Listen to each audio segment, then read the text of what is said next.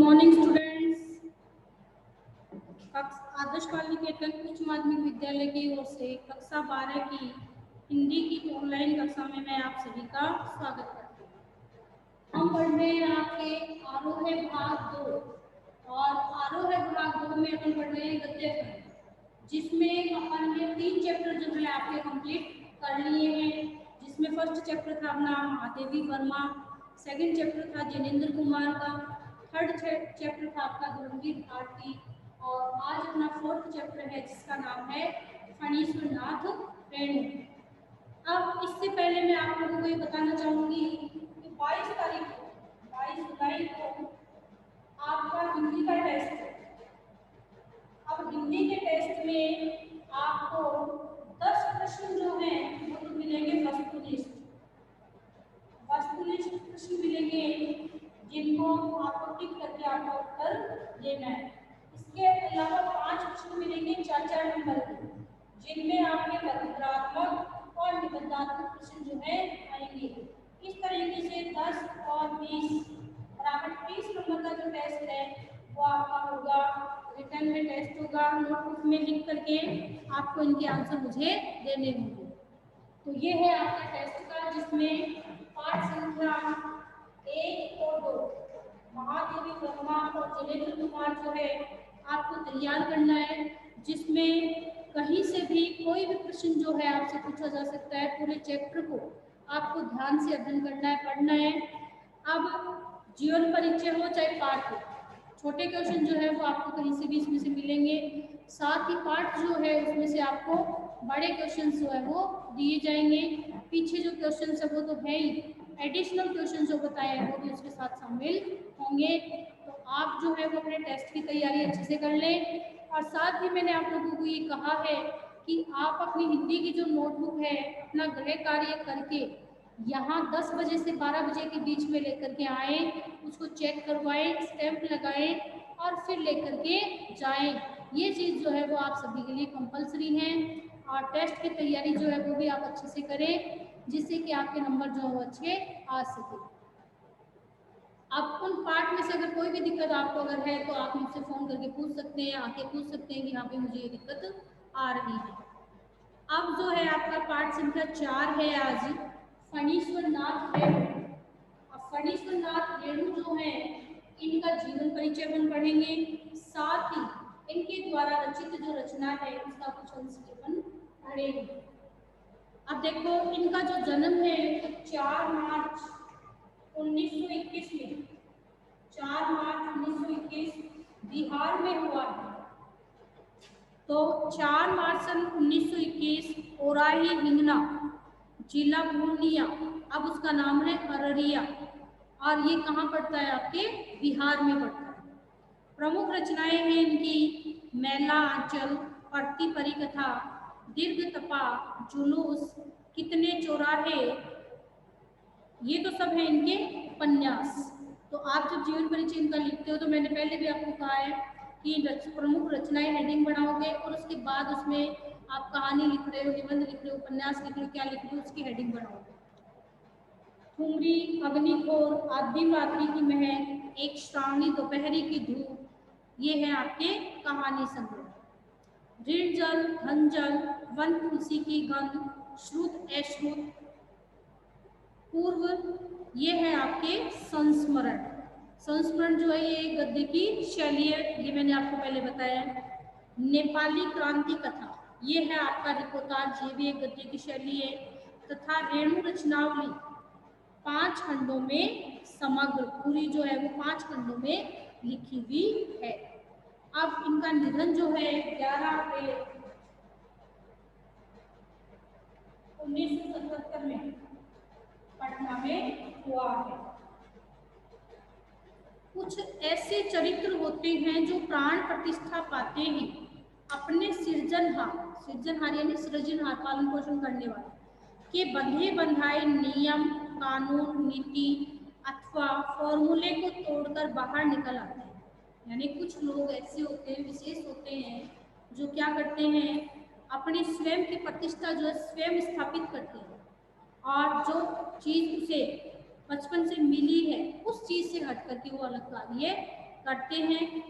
उनके पालन पोषण करने वाले अर्थात उनके जो माता पिता है, उनका जो परिवार है, उनसे जो चीज़ें उन्होंने सीखी हैं, उनसे अलग हट करके, उस नीति को छोड़ करके, उस नियम कानून को छोड़ करके, उस फॉर्मूले को छोड़ करके अलग से अपना फॉर्मूला बना करके कार्य करते हैं और अपने जीवन को अपने मन के मुताबिक गढ़ने लगते हैं यानी बनाने लगते हैं। हिंदी साहित्य में आंचलिक उपन्यासकार के रूप में प्रतिष्ठित कथाकार। अब हिंदी साहित्य में आंचलिक उपन्यासकार क्या होता है भाई? आंचलिक उपन्यासकार होता है, आंचलिक यानी अचल यानी क्षेत्र, उसमें एक प्रत्यय जुड़ा हुआ है। तो अपने क्षेत्र विशेष के शब्द अगर हम अपने साहित्य में, अपनी रचनाओं में काम में लेते हैं तो वो आंचलिक शब्द होते हैं, और जगह शब्द जो काम में लेता है फिर उस लेखक या कवि को भी आंचलिक नाम दे दिया जाता है। तो फणीश्वर नाथ रेणु जो है वो आपके आंचलिक कथाकार है। अपनी रचनाओं में, अपने साहित्य में उन्होंने आंचलिक शब्दों को महत्व दिया है, अपने क्षेत्र विशेष के शब्दों को काम में दिया है। जिस प्रकार से हम शेखावाटी के तो कुछ एक शब्द ऐसे होते हैं जो सिर्फ शेखावाटी में बोले जाते हैं, अपन उनका प्रयोग करते हैं। अब उनका प्रयोग जो है अपने साहित्य और रचनाओं में भी करने लग जाए तो उन्हें हम आंचलिक शब्द कहेंगे। हिंदी साहित्य में आंचलिक उपन्यासकार के रूप में प्रतिष्ठित कथाकार फणीश्वर नाथ रेणु का जीवन उतार चढ़ावों एवं संघर्षों से भरा हुआ था। तो इनका जीवन जो है, जीवन में आने वाले जो उतार चढ़ाव है, सुख दुख है, संघर्ष है, उनसे भरा हुआ था। साहित्य के अलावा विभिन्न राजनीतिक एवं सामाजिक आंदोलनों में भी इन्होंने सक्रिय भागीदारी की।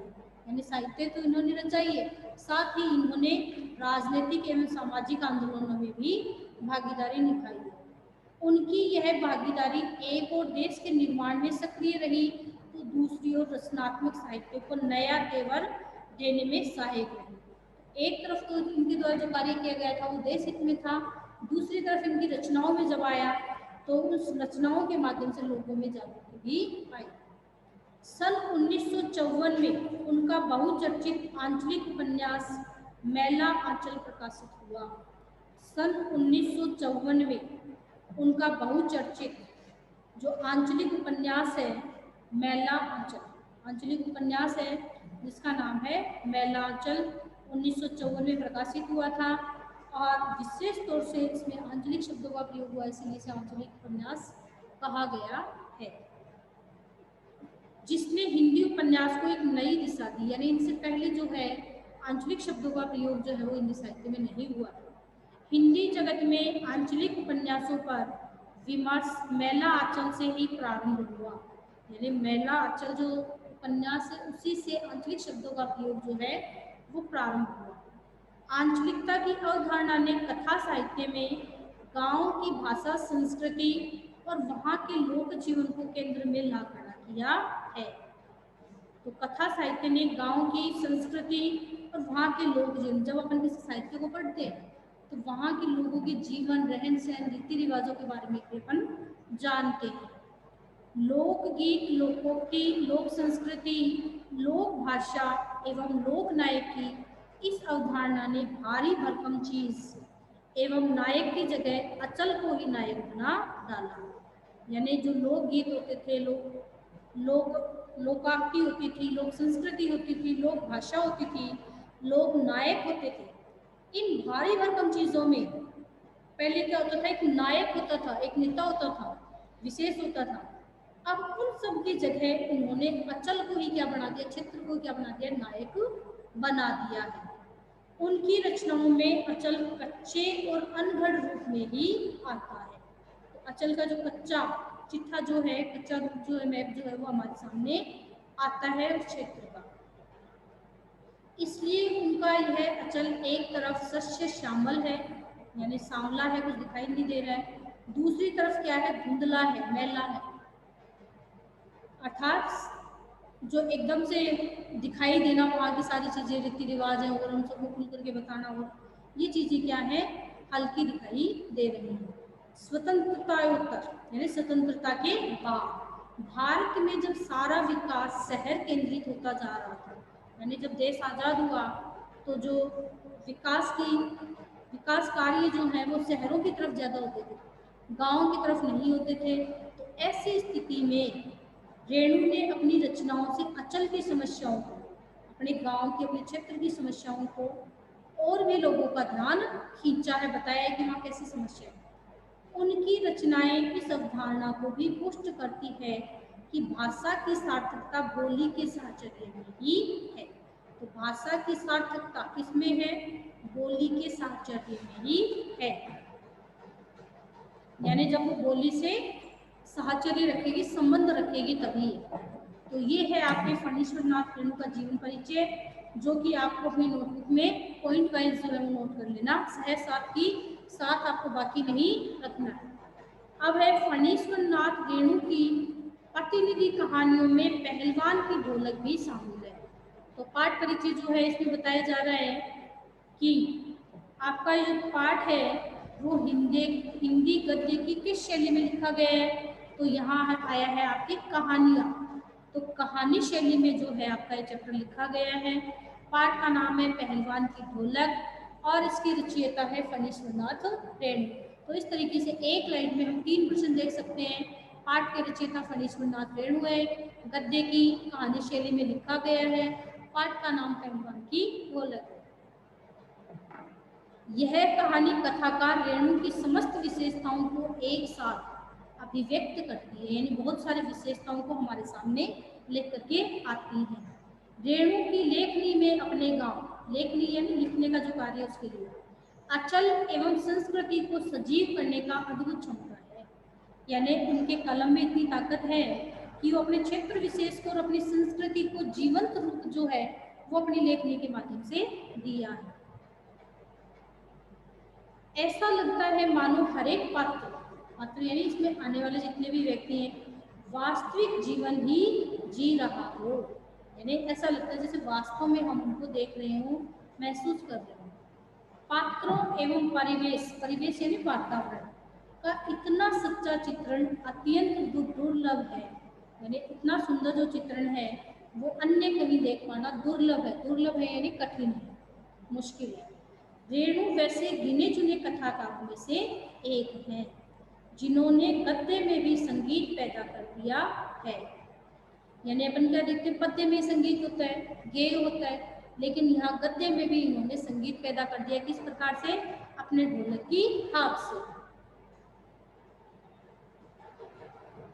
अन्यथा ढोलक की उठती गिरती आवाज और पहलवान की क्रियाकलापों का ऐसा सामंजस्य दुर्लभ है।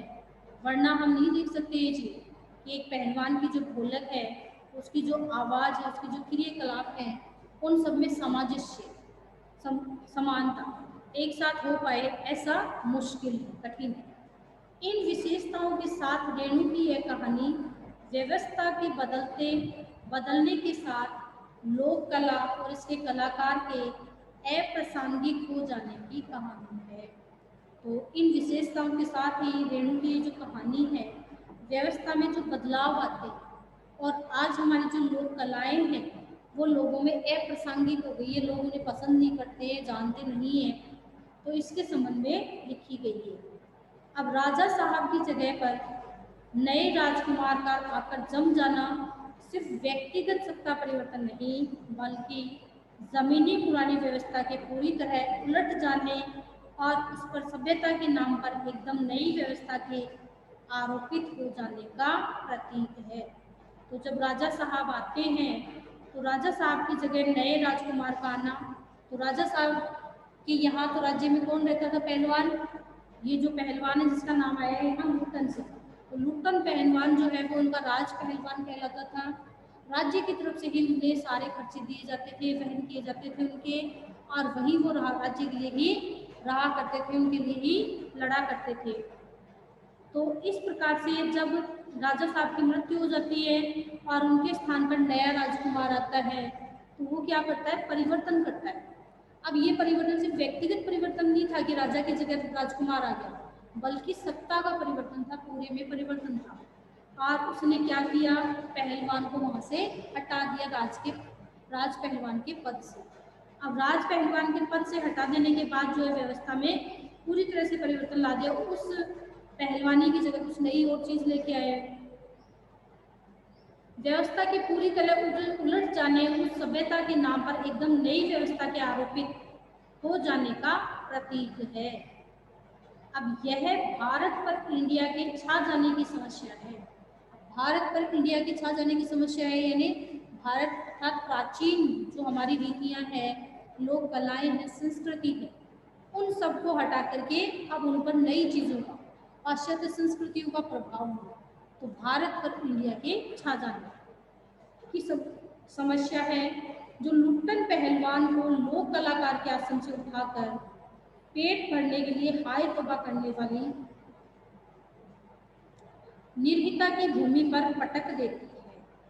तो जो लुट्टन पहलवान है, लोक कला के आकार के आसन से उठाकर, पहले क्या था, वो पूरे राज्य का कलाकार था, उसके आसन पर विराजमान था, अब उसे वहां से हटा दिया गया है।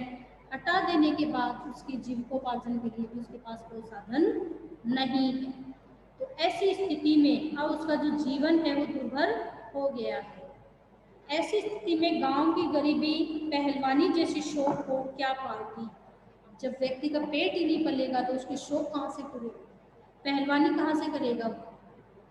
फिर भी पहलवान जीवट ढोल के बोल में अपने आप को न सिर्फ जिलाए रखता है, बल्कि भूख व महामारी में दम तोड़ रहे गांव को मौत से लड़ने की ताकत भी देता रहता है। लेकिन फिर भी पहलवान जो वो हार नहीं मानता है और अपनी ढोलक को, जीवट ढोल यानी अपनी ढोलक को हमेशा जीवित रखता है। किस तरीके से, गांव में क्या फैली हुई है, महामारी फैली हुई है, और महामारी के कारण भूख व महामारी से लोग क्या कर रहे हैं, दम तोड़ रहे हैं, यानी उनकी मृत्यु हो रही है। और ऐसे समय में उसके जो ढोलक की आवाज़ है वह लोगों में लड़ने की शक्ति का संचार करती है, संजीवनी का संचार करती है। कहानी के अंत में भूख महामारी की शक्ल में आए मौत के षड्यंत्र जब अजय लुट्टन की हरी पूरी पहलवानी को फटे ढोल की पोल में बदल देते हैं। कहानी के अंत में भूख महामारी की शक्ल में आए मौत के षड्यंत्र, यानी पहलवान के लिए भी क्या आ गया, मौत का षड्यंत्र आ गया। अजय लुट्टन, अजय यानी जिस पर विजय प्राप्त करना मुश्किल, लुट्टन पहलवान का नाम है, तो उसकी भी क्या हो गई, मृत्यु हो गई। भरी पूरी पहलवानी को फटे ढोल की पोल में बदल देती है, यानी उसकी जो जवानी है भरी पूरी, उसको भी फटे ढोल में बदल देती है, अर्थात वो भी मृत्यु को प्राप्त हो जाता है। तो इस करुणा त्रासदी में, यानी इस दुख भरे माहौल में लुट्टन हमारे सामने कई सवाल छोड़ जाता है, यानी कई प्रश्न जो है वो हमारे मन में आते हैं।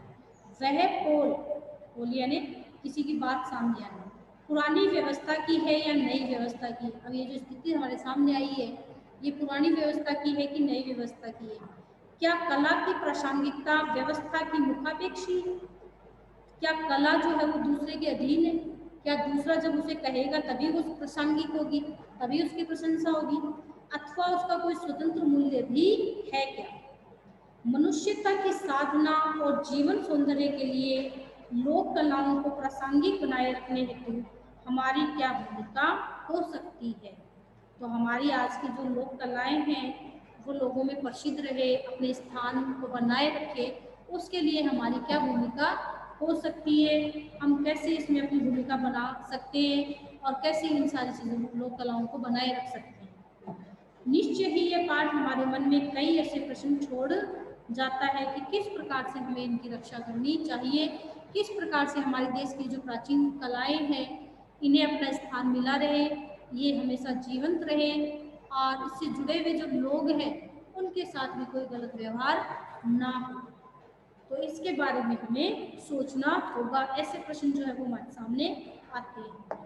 तो ये है आपके फणीश्वर नाथ रेणु का जीवन परिचय, और इसी के साथ मैंने आपको ये जो चैप्टर है इसका पाठ परिचय भी पढ़ाया है, जिसमें बता दिया है कि इस पाठ का जो मुख्य पात्र है पहलवान है वो आपके लुट्टन सिंह पहलवान है, जो राजा की दरबारी में रहते हैं। वहाँ राजा के यहाँ उन्हें राजपद जो है वो प्राप्त है, किस प्रकार से उन्हें उस पद से हटा दिया जाता है, व्यवस्था में क्या परिवर्तन होते हैं। तो इस पाठ परिचय के माध्यम से इसमें दिया गया है कि लोग महामारी में कैसे दम तोड़ रहे हैं, कैसे भूख प्यास के कारण जो है उनकी मृत्यु हो रही है। अब है आपका पाठ पहलवान की ढोलक। तो एक पहलवान है जो कि ढोलक बजाने का काम करता है। अगर आप लोगों ने देखा हो तो जो पहलवानी जहाँ होती है अखाड़े में, वहाँ अपन देखते हैं कि कई बार क्या होता है, ढोल का जो उपयोग किया जाता है, जिसमें ढोल की जो थाप होती है उस पर पड़ने वाली, उसमें अलग अलग तरीके की आवाज़ें आती हैं, चटदा गिड़दा ताधा, तो उन सब का अलग अलग अर्थ होता है। और पहलवान उनको सुन करके उन्हीं के अनुसार जो है व्यवहार करता है और अपनी जो पहलवानी है उसी के अनुसार दिखाता है।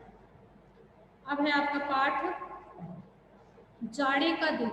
जाड़े का दिन यानी सर्दी का दिन था। अमावस्या की रात, अमावस्या यानी जिस दिन चांद दिखाई नहीं देता, अमावस्या की रात ठंडी और काली। जाड़े का दिन है, सर्दी का दिन है, तो रात में सर्दी की होगी और रात कैसी ठंडी है और काली। काली क्यों? क्योंकि अमावस्या है और अमावस्या के समय जो है वो आपके चांद दिखाई नहीं देता है, जिसके कारण चारों तरफ अंधेरा रहता है। मलेरिया और हैजे से पीड़ित गांव। अब गांव में कौन सा रोग फैला है?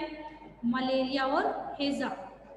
भरियात, भरियात यानी डरपोक शिशु की तरह, शिशु यानी बच्चा। तो पूरा गांव क्या है, मलेरिया और हैजे से पीड़ित है, दुखी है, और पूरा वहाँ के जो गांव के लोग हैं वो एक शिशु की तरह, एक बच्चे की तरह क्या है, इससे डरे हुए हैं कि कब हम पर इसका आक्रमण हो जाए।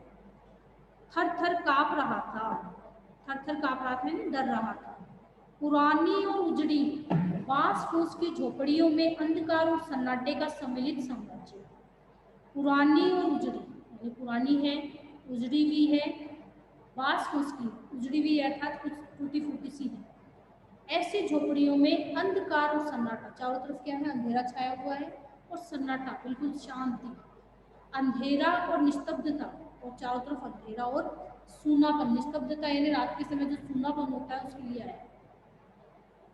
अंधेरी रात चुपचाप आंसू बहा रही थी। ऐसा लगता है कि सन्नाटा छाया हुआ है और रात में जो अंधेरा है, उस अंधेरी रात में ऐसा लगता है जैसे कि सभी जो है चुपचाप आंसू बहा रही थी, यानी रात भी ऐसा लग रहा है जैसे कि दुखी हो। निस्तब्धता दबाने की चेष्टा कर रही थी, और निस्तब्धता यानी शून्यपन को दबाने की चेष्टा कर रही है, कोशिश कर रही है। आकाश में तारे चमक रहे थे, पृथ्वी पर कहीं प्रकाश का नाम नहीं। क्यों? क्योंकि अंधेरी रात थी। आकाश से टूटकर यदि कोई भावुक तारा पृथ्वी पर जाना भी चाहता है तो उसकी ज्योति और शक्ति रास्ते में शेष हो जाती थी।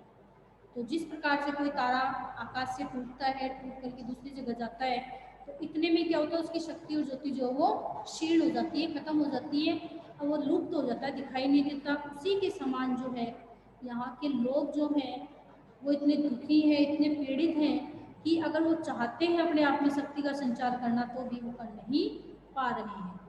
अन्य तारे उसकी भावुकता अथवा असफलता पर खिलखिलाकर हंस पड़ते थे।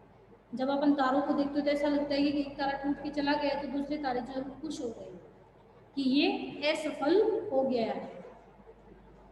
शियारों का क्रंदन और पेचक की डरावनी आवाज। शियार जो होते हैं वो क्या होते हैं, रात के समय क्रंदन करते हैं, बोलते रोते हैं। और पेचक, पेचक यानी उल्लू के जैसा होता है, जिसकी डरावनी आवाज कभी कभी निस्तब्धता को, निस्तब्धता यानी सन्नाटे को अवश्य भंग कर देती थी। यानी एकदम चारों तरफ सन्नाटा छाया हुआ है, अचानक से जब इनकी आवाजें आती थी तो उससे जो है कुछ समय के लिए ये जो सुनापन है वो न भंग हो जाया करता था, टूट जाता था। गांव की झोपड़ियों से कारखाने और के करने की आवाज हरे राम हे भगवान की टेर अवश्य सुनाई देती थी। टेर यानी पुकार। तो ये जो गांव की झोपड़ियां थी उनमें कराहने यानी पीड़ित होने की आवाज जो है, हे भगवान, भगवान को याद करने की जो आवाज है, ये पुकार जरूर सुनाई देती थी। बच्चे भी कभी कभी निर्बल कंठों से माँ माँ पुकार वो करते थे। यानी बच्चे भी जो कहते थे कमजोर कंठों से, यानी उनके बच्चों की आवाज़ कैसी होती है, धीमी होती है, तो कमजोर कंठों से गले से माँ को पुकारने लगते थे और रो पड़ते थे। पर इससे रात्रि की निस्तब्धता, लेकिन इससे रात्रि की जो निस्तब्धता थी, सुनापन जो था, उसमें कोई विशेष बाधा नहीं पड़ती थी। यानी कुछ समय के लिए वो सुनाई देता था, फिर वापस वैसी की वैसी वही स्थिति आ जाती थी। कुत्तों में परिस्थिति को ताड़ने की विशेष बुद्धि होती है, यानी कुत्ते जो होते हैं वो परिस्थिति को पहचान लेते हैं और उसका सामना करते हैं।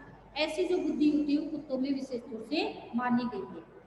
वे दिन भर राख के घूरों पर गठरी की तरह सिकुड़ कर मन मार कर पड़े रहते थे। राख के घूरे, राख यानी जो चूल्हे की अपनी होती है उसके लिए।